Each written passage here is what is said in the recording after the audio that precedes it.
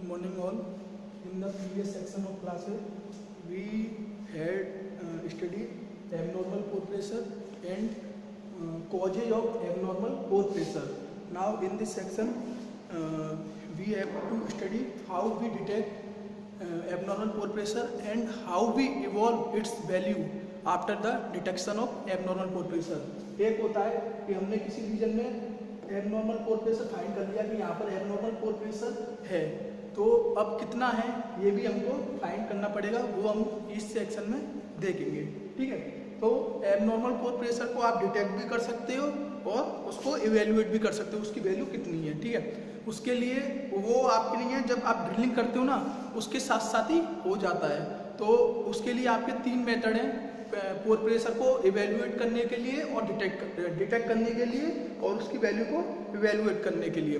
देखो, हम इस सेक्शन में ओनली उन मेथड्स की बात करेंगे जो ड्यूरिंग ड्रिलिंग में यूज होते हैं एबनॉर्मल पोर प्रेशर को डिटेक्ट और इवेल्युएट करने के लिए। हम उन मेथड्स की बात नहीं करेंगे जो आपके नहीं है प्री ड्रिलिंग यूज होते हैं, दैट इज सीस्मिक सर्वे वगैरह से जो आप नहीं एबनॉर्मल पोर प्रेशर निकालता है, हम उनकी बात नहीं करेंगे, वो आपका जियोलॉजी का सेक्शन है। मैं ड्रिलिंग की बात करूँगा, ड्रिलिंग के दौरान एबनॉर्मल पोर प्रेशर को कैसे डिटेक्ट और इवेल्युएट किया जाता है वो हम बात करेंगे। उसके जनरली तीन मेथड होते हैं आपके। एक आपका होता है मड लॉगिंग, जो आपके लिए सरफेस पर मड आती है, जैसे मैंने ये केसिंग हो गई आपकी और ये ट्यूबिंग हो गई और यहाँ ड्रिलिंग स्ट्रिंग हो गई, यहाँ पर समथिंग बिट लग रही है और आप ये फ्लूइड डालते हो और वो कटिंग को लेकर आता है, तो उसको बोलते हैं मड। और जब जिस सरफेस पर आती है मड, तो ये मड पिट में कलेक्ट होती है और सेल सेकर से होकर आती है। सेल सेकर पे क्या होता है, ये सेल सेकर एक डिवाइस यूज किया जाता है between mud pit and wellbore, that is shale shaker पे क्या होता है, ये मड में नहीं है डिफरेंट साइज के पार्टिकल्स प्रेजेंट होंगे, तो वो इन सब पार्टिकल्स को सेपरेट करेगा। ठीक है, तो चाहे तो हम नहीं है मड लॉगिंग के लिए मड पिट से नहीं सैंपल ले सकते हैं और चाहे हम नहीं सेल सेकर से सैंपल ले सकते हैं, क्योंकि सेल सेकर से लेंगे तो उसमें नहीं है जो ड्रिलिंग कटिंग्स होंगी, सॉरी ड्रिलिंग मड होगा आपका, वो रिमूव हो जाएगा और ड्रिलिंग कटिंग अलग हो जाएंगी। ठीक है, और इससे लोगे तो आपकी दोनों खाली आपको नहीं है मड बेड मिलेगा। ठीक है, मड मिलेगा। ठीक है, तो हम नहीं है मड लॉगिंग में क्या करेंगे कि जो हमारा नहीं है सर्कुलेट होके मड आ रही है ड्रिलिंग मड, उसको नहीं है हम नहीं है लॉग करेंगे। मतलब लॉगिंग का मतलब क्या होता है, इवेल्युएशन करना, किसी भी नहीं है फ्लूइड को, किसी भी चीज़ को इवेल्युएट करना। ठीक है, तो हम नहीं है एक तो मेथड हो गया आपका मड लॉगिंग, जो सर्कुलेशन मड आ रही है उसको नहीं है लॉग करके उसकी प्रॉपर्टीज को जानेंगे और उससे नहीं है एबनॉर्मल पोर प्रेशर निकालेंगे। ठीक है, पहले तो पता करेंगे है कि नहीं, फिर निकालेंगे। सेकेंड होता है आपका क्या कहते हैं, ड्रिलिंग जो सेकंड होता है आपका measuring while drilling, that is MWD, logging while drilling, that is LWD, और वायर लाइन ड्रिलिंग। जब आप ड्रिलिंग करते हो तो साथ के साथ आप नहीं है मेजरिंग करते जाते हो, तो उसको बोलते हैं प्रोसेस को MWD, मेजरिंग वाइल ड्रिलिंग। ये आपका नहीं है ब्रीफ में एक टॉपिक है, पूरा करीब 4 to 5 आवर्स का टॉपिक है। एक आपका साथ के साथ आप लॉगिंग करते जाते हो, कोई इंस्ट्रूमेंट लगा देते हो वायर लाइन के थ्रू या फिर नहीं ट्यूबिंग ड्रिलिंग स्ट्रिंग पर, तो उसको नहीं लॉगिंग वाइल ड्रिलिंग कहते हैं। और एक आप क्या करते हो, अलग से एक ट्यूबिंग वायर लाइन डालते हो इस ड्रिलिंग स्ट्रिंग को उठा के, और या फिर ड्रिलिंग स्ट्रिंग डली रहती है और वायर लाइन से नहीं है आप नहीं लॉगिंग करते हो, दैट इज फॉर्मेशन को इवेल्युएट करते हो। तो ये एक मेथड हो गया कि MWD, LWD और लॉगिंग, मतलब तीनों में लॉगिंग शब्द आ रहा है तो नहीं है लॉगिंग के तहत हम निकाल सकते हैं। एक डायरेक्ट मेथड होता है कि आप नहीं है टेस्टिंग करो। टेस्टिंग कैसी कि आप चाहे DST टेस्ट करो। DST टेस्ट मतलब टेस्ट इसलिए किए जाते हैं कि फॉर्मेशन में प्रेशर फ्लो रेट के साथ कैसे वेरी हो रहा है और टाइम के साथ कैसे वेरी हो रहा है, तो नहीं है प्रेशर टाइम के साथ कर्व मिल जाएगा तो हमको नहीं है एबनॉर्मल पोर प्रेशर पता पड़ जाएगा और आपका डिटेक्ट भी हो जाएगा। तो आप नहीं इसमें 3 टेस्ट यूज कर सकते हो, एक तो DST, एक प्रोडक्शन टेस्ट। प्रोडक्शन टेस्ट के अंदर भी आपके कई सारे टेस्ट आते हैं, और एक RFT test, real while flow test कर सकते हो आप। ठीक है, देखो जो direct method DST, production test और RFT है, ये भी आपके बेंच टेस्टिंग में आएगा, वो भी एक पूरा सब्जेक्ट है। बेंच टेस्टिंग 6 सेम का एक सब्जेक्ट है, बाकी मैं इधर बताऊंगा इनको। ठीक है, measuring while drilling, logging while drilling और wire line drilling. Measuring while drilling अलग से एक टॉपिक है, लॉगिंग अलग से आपकी एक टॉपिक है मेजरिंग वाइल ड्रिलिंग में, और वायरलाइन लॉगिंग आपका इस सेमेस्टर में ही है, जो कि मैं पढ़ाऊंगा, वो अलग से ही एक सब्जेक्ट है। ये टॉपिक अलग से है और ये सब्जेक्ट अलग से है, ठीक है। फिर आता है आपका मड लॉगिंग। मड लॉगिंग से आपको बता दीजिए कि मड आ रही है, उसको लॉग करना है और उसके पैरामीटर निकालते हैं। मड लॉगिंग से हम क्या क्या निकालते हैं? मड लॉगिंग से हम निकालते हैं ड्रिलिंग पैरामीटर, जैसे आपका वेट ऑफ बिट हो गया, बिट पे कितना वेट लग रहा है, आरओपी हो गया, रेट, कितनी स्पीड से आप, जैसे कोई फॉर्मेशन है ये, ठीक है, और आपने इस पर ड्रिल बिट रोटेट करा रहे हो, तो कितनी स्पीड से ये नहीं है रोटेट कर रही है, मतलब कितने फीट पर हावर में, कितने फीट पर हावर में ये ड्रिल कर रही है। तो ड्रिलिंग रेट निकालेंगे, दैट इज जितने भी मड लॉगिंग से हमने ये जो डाटा निकालेंगे वो ड्रिलिंग से रिलेटेड निकालेंगे।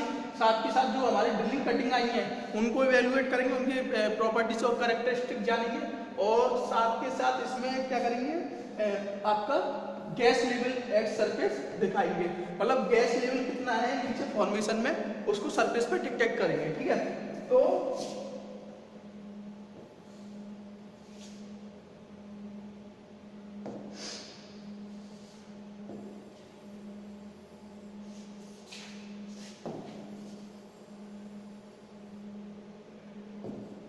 ठीक है, तो सिंपली एबनॉर्मल पोर प्रेशर को हमको डिटेक्ट करना है, फिर नहीं इवेल्युएट करना है। किन किन मेथड का यूज करेंगे? मड लॉगिंग, ये मेजर होगा एमडब्ल्यूडी, एलडब्ल्यूडी और बाइलाइन लॉगिंग, और बेल टेस्टिंग। बेल टेस्टिंग में ये स्पेसिफिक टेस्ट यूज करेंगे। मड लॉगिंग में अपन क्या निकालेंगे? ड्रिलिंग पैरामीटर निकालेंगे, गैस लेवल निकालेंगे, फॉर्मेशन में गैस लेवल क्या है उससे आपका एबनॉर्मल पोर प्रेशर निकलेगा, और इवेल्युएशन ऑफ ड्रिलिंग कटिंग, मतलब ड्रिलिंग कटिंग के पैरामीटर्स निकालेंगे, ठीक है। तो आज हम जो पढ़ने वाले हैं इसमें मड लॉगिंग पढ़ने वाले हैं, ठीक है। देखो, मड लॉगिंग के लिए हम एक स्पेशल इंस्ट्रूमेंट लेते हैं जिसमें से आपका क्या क्या निकलता है। देखो, ड्रिलिंग पैरामीटर्स निकलेंगे, that is ROP, rate of penetration, weight on weight, rotation per minute of the drilling bit, और फ्लो रेट, और आपकी नहीं है ड्रिलिंग, ये सारे पैरामीटर्स आपके निकलेंगे, that is measuring drilling parameters, that is ROP, WOB, RPM, flow rate, ठीक है। मड लॉगिंग से आपका ये सेक्शन निकलेगा। साथ के साथ क्या निकलेगा? आपने ये जो ड्रिलिंग कटिंग आई है मड के साथ, ड्रिलिंग मड के साथ सर्कुलेट होकर, उनको आपने उनकी पैरामीटर्स निकाल सकते हो, ठीक है, सेल सेकर से सैंपल कलेक्ट करके, ठीक है। तो एक आपका नहीं है प्रॉपर्टी ऑफ ड्रिलिंग कटिंग निकाल सकते हो from the sample collected at shale shaker. Gas levels निकाल सकते हो फ्रॉम बेल में गैस लेवल कितना है वो निकाल सकते हो, ठीक है। ये भी हम ये डिटेल में पढ़ेंगे। साथ ही साथ आप ये पता कर सकते हो मड लॉगिंग के द्वारा कि कहाँ पर ड्रिलिंग को कंटिन्यू रखना है और कहाँ पर रोकना है। जैसे एबनॉर्मल पोर प्रेशर का शुरुआत होगी onset of the abnormal pore pressure और beginning of the abnormal pore pressure, तो आप ड्रिलिंग को रोकोगे, पैरामीटर निकालोगे, ड्रिलिंग मड द्वारा डिजाइन करोगे, ठीक है। तो मड लॉगिंग आपको यही बताएगा कि कहाँ पर ड्रिलिंग को, बेल को ड्रिल करना है और कहाँ पर रोकना है। साथ ही साथ ये आपको वार्निंग देगा इंक्रीज ऑफ प्रेशर, मतलब एबनॉर्मल पोर प्रेशर की वार्निंग देगा। तो वो ये आपको नहीं है एबनॉर्मल पोर प्रेशर की वार्निंग तो देगा ही देगा, साथ में आपकी ये 4, 5 और 1, 7 ये टर्म्स और देगा। इनसे भी आप नहीं है एबनॉर्मल पोर प्रेशर निकाल सकते हो, डायरेक्ट निकालोगे, साथ ही साथ इन टर्म्स को निकाल के भी आप एबनॉर्मल पोर प्रेशर निकाल सकते हो। और क्या देगा? एक लिथोलॉजी कॉलम देगा ड्यूरिंग ड्रिलिंग, जैसे हम बेल को ड्रिल करते जा रहे हैं, ठीक है।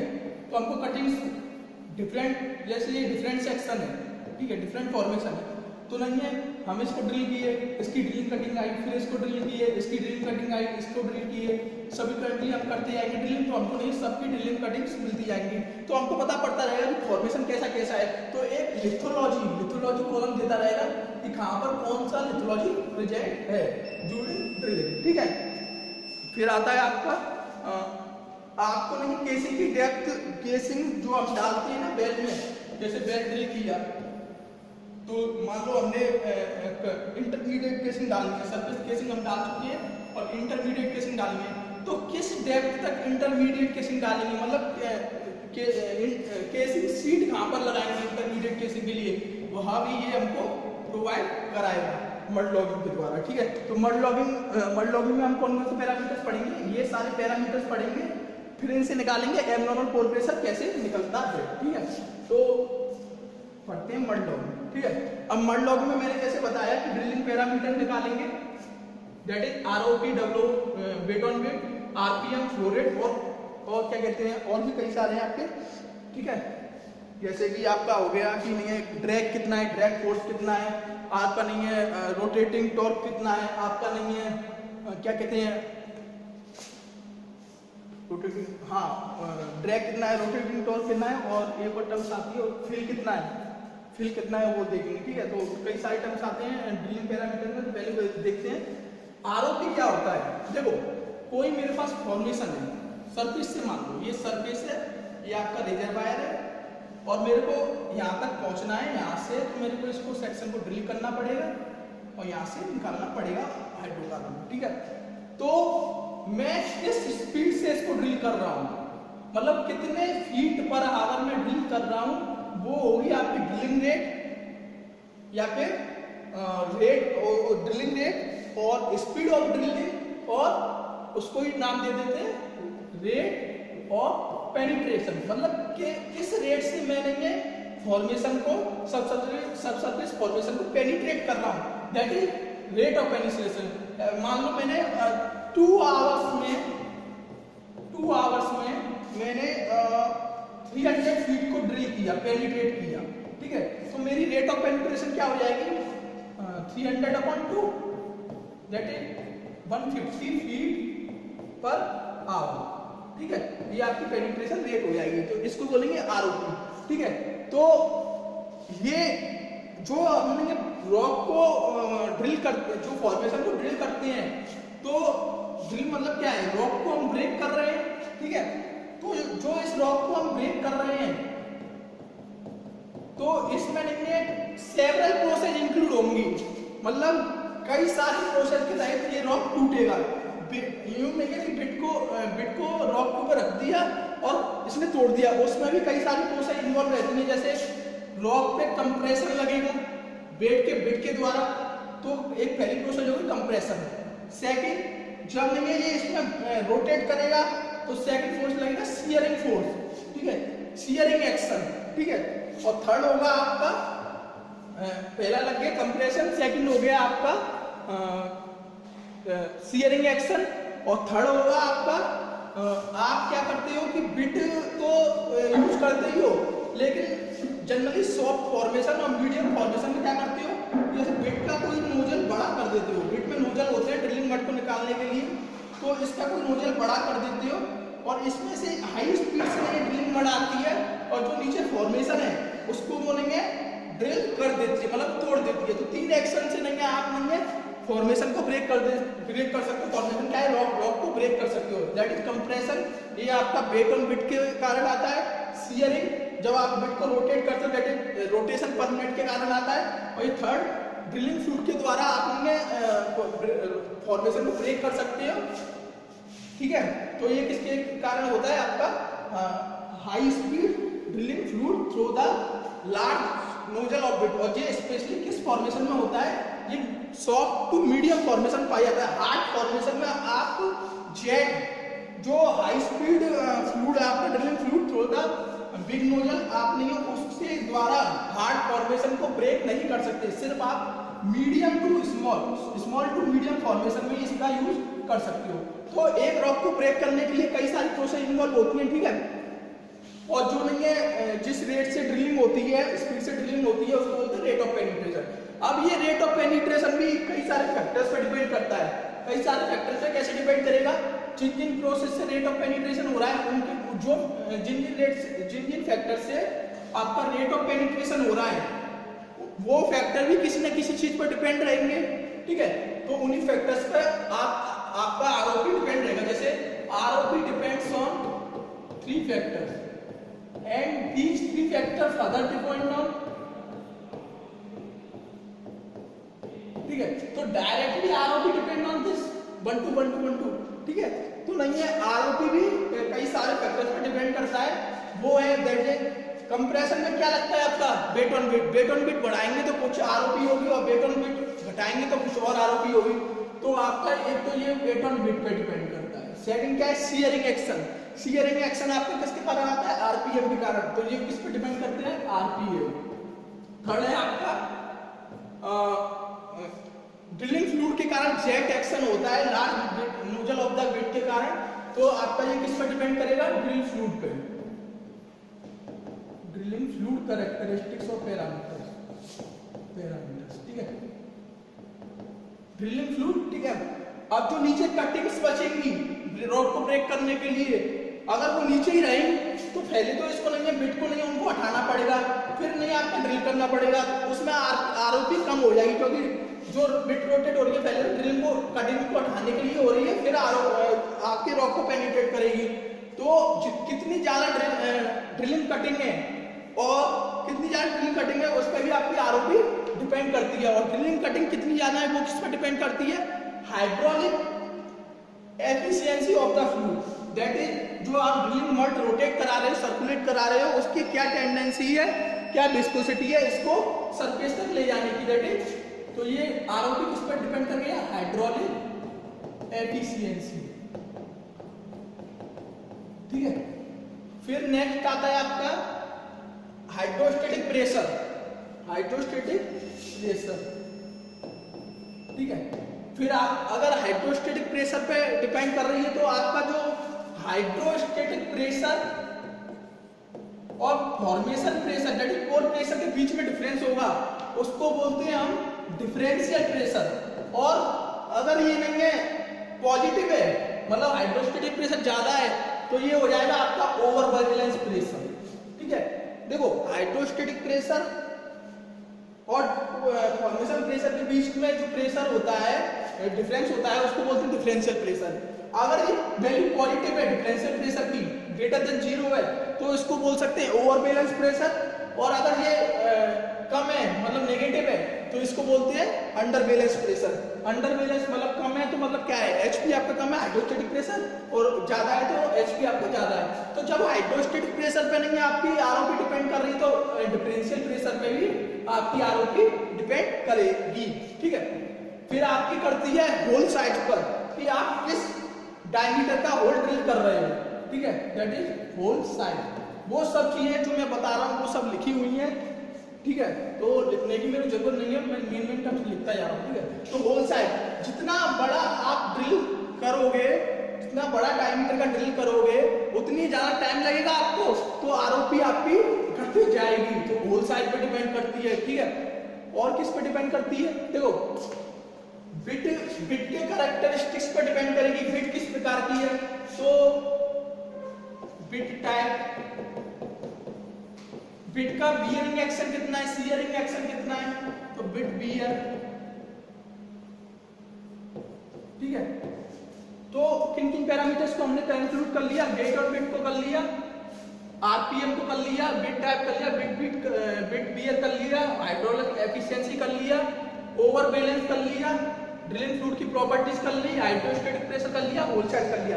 इन सारे फैक्टर्स पर आपकी आरओपी डिपेंड करती है, और क्यों करती है ये मैंने आपको बता दिया, ठीक है। अब हम बात करेंगे कि आरओपी से आप कैसे पता लगाओगे कि एबनॉर्मल कोर प्रेशर प्रेजेंट है और डिटेक्ट करोगे, ठीक है। ये सब चीजें मैंने बता दी कि आरओपी क्या होती है, आरओपी किन किन प्रोसेस को कंक्लूड करती है, आरओपी किस पर डिपेंड होती है। अब आरओपी से आप कैसे डिटेक्ट करोगे एबनॉर्मल कोर प्रेशर है कि नहीं, ठीक है। तो वही देखेंगे।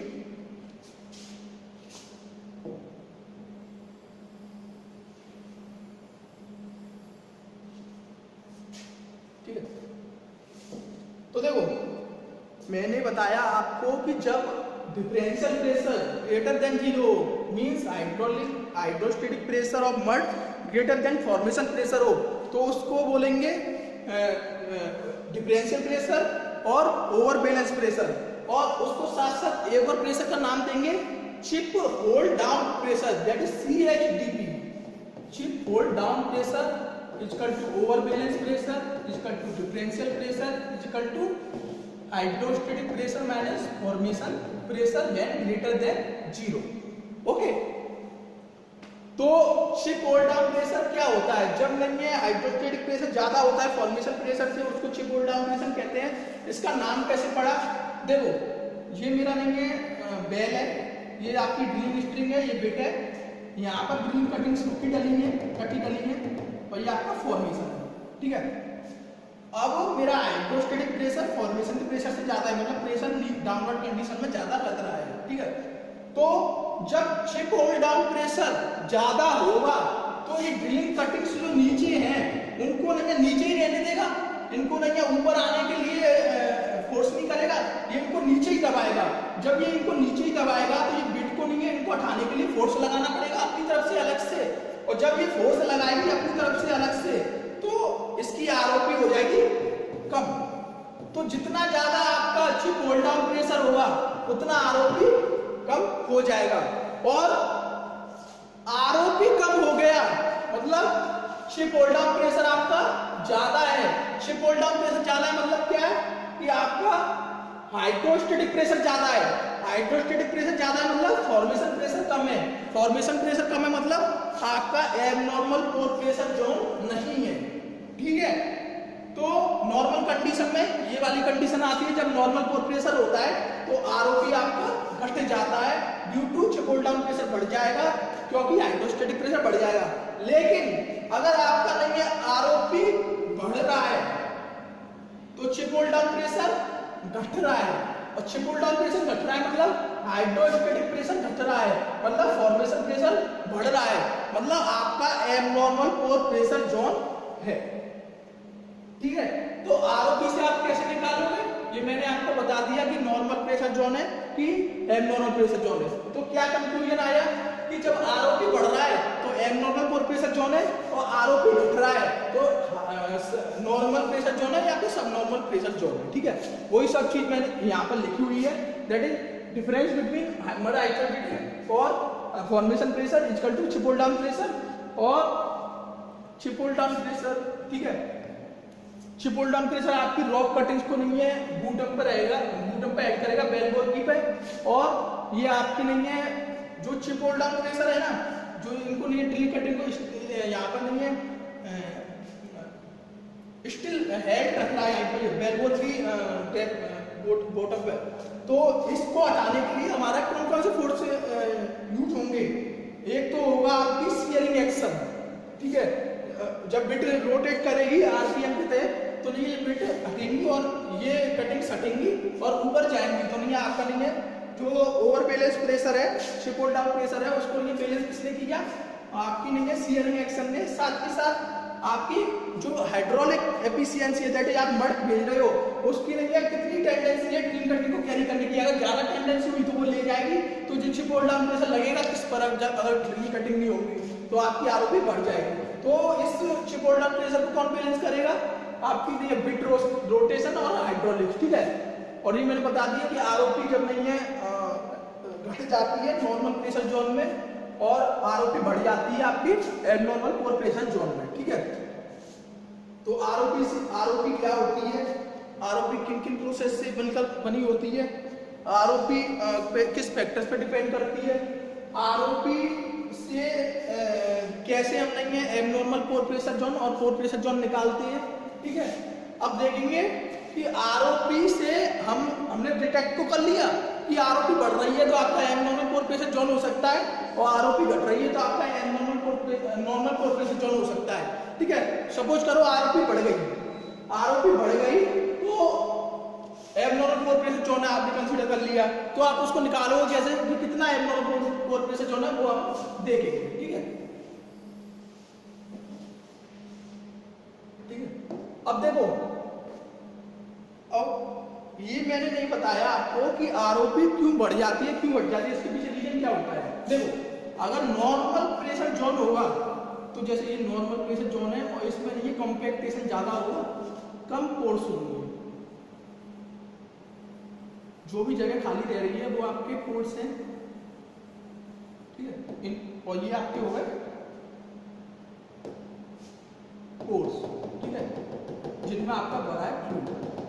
देखो, और सेकंड है आपका abnormal pressure zone. Abnormal pressure zone में क्या होता है, पोरोसिटी ज्यादा होती है।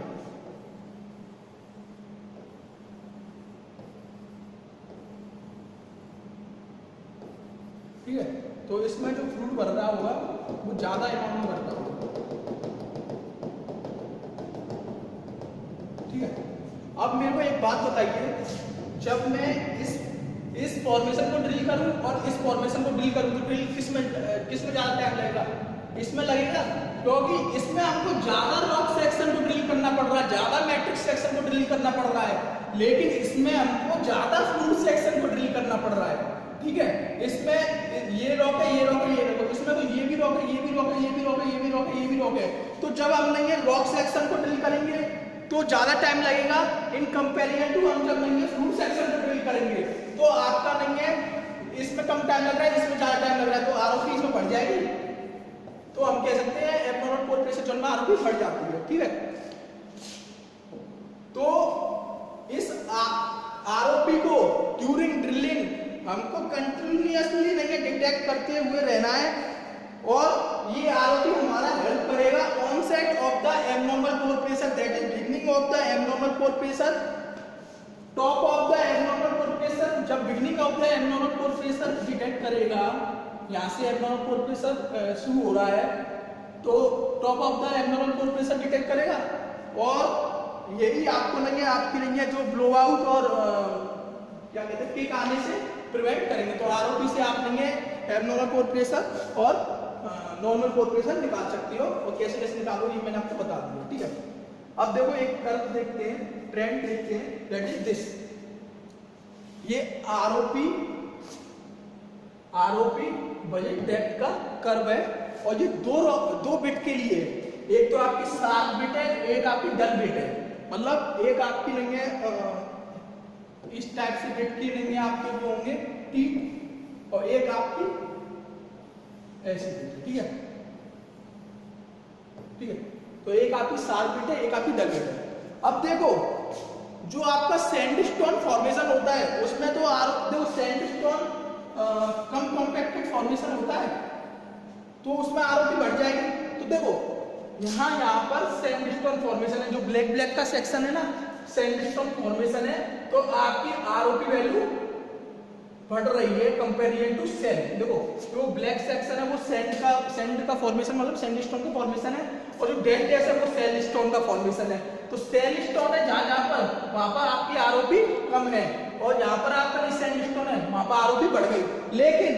लेकिन जो आपका ये नीचे वाला सेक्शन देखो, यहाँ पर जो सैंडस्टोन यहाँ से शुरू हो गया, यहाँ पर सैंडस्टोन यहाँ से शुरू हो गया, लेकिन फिर भी आपकी आरओपी बढ़ गई। इसका क्या मतलब हुआ? इसका मतलब हुआ कि ये आपका एब्नॉर्मल पोर प्रेशर जोन है।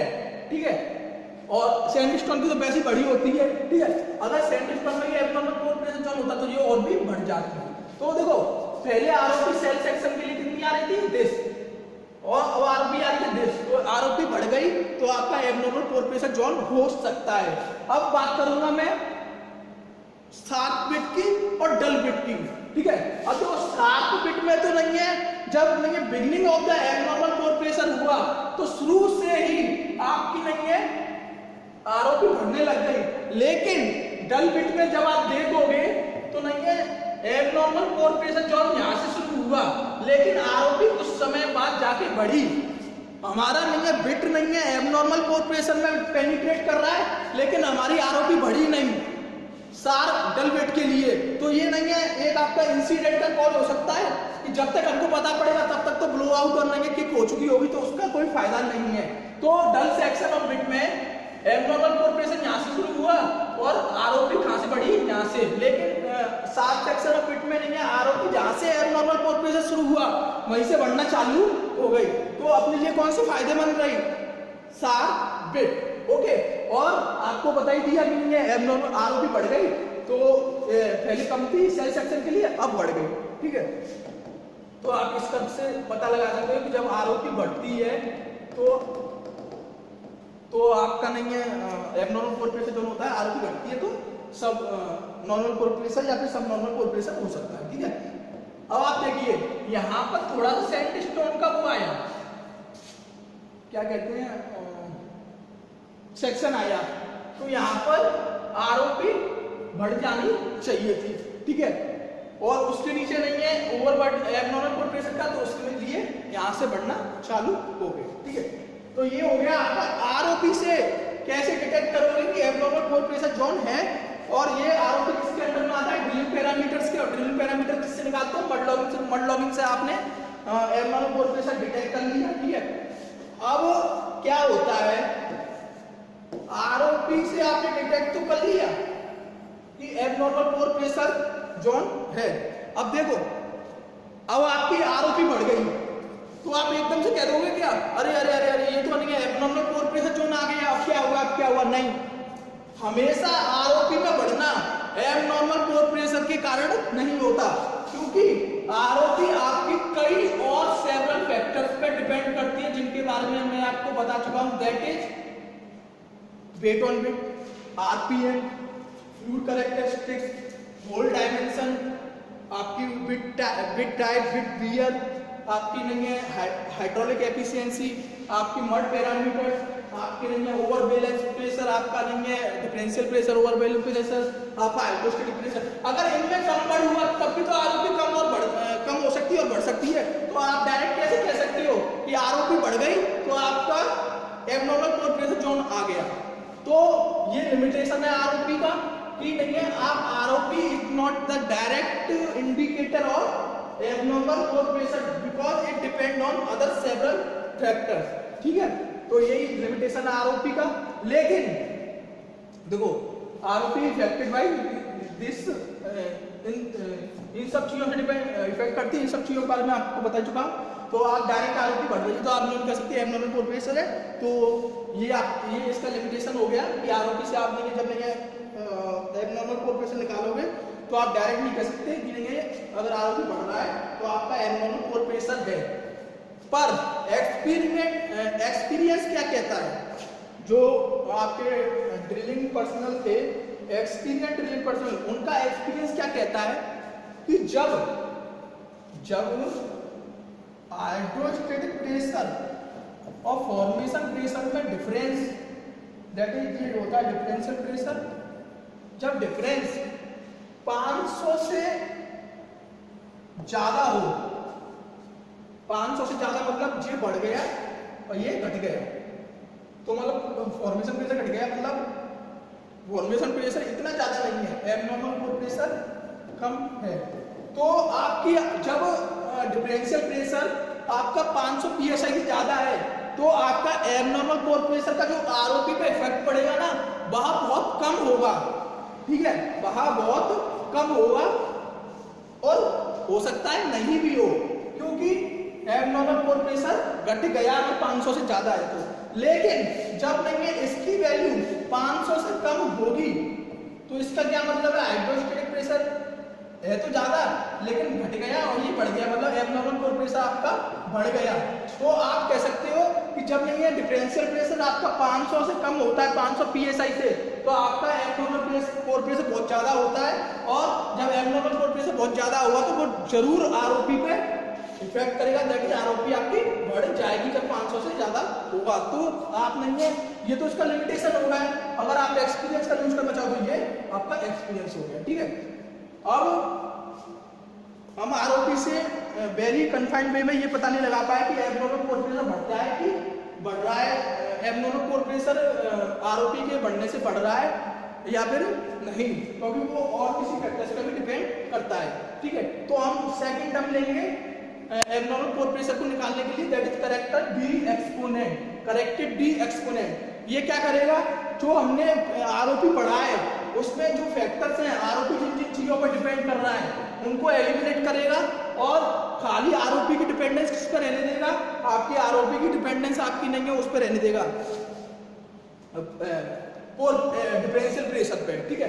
जब आरओपी की डिपेंडेंस आपकी डिफरेंशियल प्रेशर पर रह जाएगी तो डिफरेंशियल प्रेशर बढ़ेगा तो आपका आरओपी कम होगा, that is abnormal pore pressure नहीं है आपका कम होगा, और डिफरेंशियल प्रेशर घटेगा तो आपका आरओपी बढ़ जाएगा, that is abnormal pore pressure बढ़ जाएगा। तो हमको इन सब फैक्टर्स को एलिमिनेट करना पड़ेगा आरओपी के लिए, तो हम नहीं है, मतलब आरओपी को इन सब फैक्टर्स को एलिमिनेट करने का मतलब क्या हो गया कि आरओपी इन फैक्टर्स पे डिपेंड ना करे, ऐसा कुछ करना पड़ेगा। उसके लिए हम करते हैं डी एक्सपोनेंट का यूज, ठीक है। तो इसका फर्दर पार्ट हम नेक्स्ट क्लास में पढ़ेंगे कि कैसे नहीं है आरओपी तो नहीं है, आप नहीं डायरेक्ट आरओपी का यूज करेंगे तो वो इन सब फैक्टर्स पर डिपेंड करता है। तो हमने ये कह नहीं सकते कि आरओपी एबनॉर्मल पोर प्रेशर की वजह से बढ़ा है। लेकिन जब हम नेक्स्ट सेक्शन में क्या करेंगे कि इस आरओपी की डिपेंडेंस इन सब पैरामीटर्स से हटा देंगे। तो आरओपी किस पे डिपेंड करेगा? खाली डिफरेंशियल प्रेशर पे, that is over balance pressure पे अगर ग्रेटर देन 0 है तो नहीं है। जब नहीं है इस ओनली वन फैक्टर पे डिपेंड करेगा तो आप बता सकते हो कि नहीं प्रेशर बढ़ रहा है कि घट रहा है। जब डिफरेंशियल प्रेशर बढ़ेगा तो आरओपी आपका घटेगा क्योंकि एबनॉर्मल पोर प्रेशर कम हो गया, और अगर डिफरेंशियल प्रेशर घट रहा है तो आरओपी आपका बढ़ेगा क्योंकि एबनॉर्मल पोर प्रेशर बढ़ जाएगा। तो नेक्स्ट क्लास में देखेंगे करेक्टेड एक्सपोनेंट। इसमें क्या करेंगे, आरओपी में जो डिपेंडेंस फैक्टर है उनको उससे उसकी डिपेंडेंसी खत्म करेगी आरओपी भी उन फैक्टर्स पे, ठीक है। तो ये आरओपी से कैसे आपने नहीं है एबनॉर्मल पोर प्रेशर निकाला वो आपने देख लिया, आरओपी क्या होता है आपने देख लिया। और आरओपी किसका पार्ट है? ड्रिलिंग पैरामीटर्स का। ड्रिलिंग पैरामीटर्स किससे निकालते हैं? मड लॉगिंग से। और ऐसे ही कर करके हम सारे फैक्टर्स को देख लेंगे। तो आपके पास अगर सारे फैक्टर दिए होंगे तो आप आपस में कोरिलेट करके बता सकते हो कि एबनॉर्मल पोर प्रेशर है कि नहीं, और है तो कितना है। ठीक, थैंक यू।